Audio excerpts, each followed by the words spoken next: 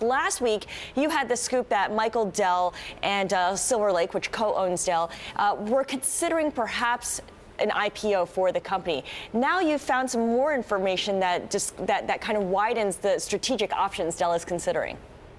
That's right, Scarlett. Last week we reported Dell was considering taking the company public, among other options, and another one of those options has shaken its way out. According to people familiar with the matter, Dell is also considering kind of a reverse merger with VMware. Why? Well, it would get all of these disparate pieces of Michael Dell's tech empire under one roof. You'll recall Dell was taken private back in 2013.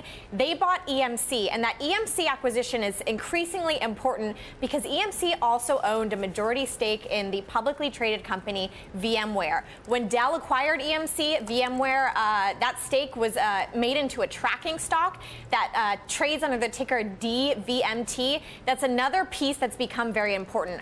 All of these disparate parts, Michael Dell wants to get under one roof as a publicly traded company, have the capital to start paying down some of this $40 billion plus in debt it has, and also take that DVMT tracking stock in-house. Remember, that's a $15 billion market cap for that tracking stock, and I'm seeing that those shares moving right now as our headlines are crossing the terminal.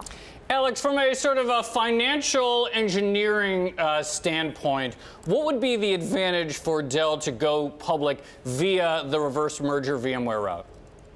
So it would combine all of these pieces. If you think about it, if it did a classic IPO, that VMware stake, VMware as a corporate, they're still out there trading. It seems like there are potentially some operational synergies in terms of bringing all of these different parts under one roof. And when you think about the other counterparties involved, remember Silver Lake put in more than $2 billion in equity total to this current company, this current combined Dell and EMC.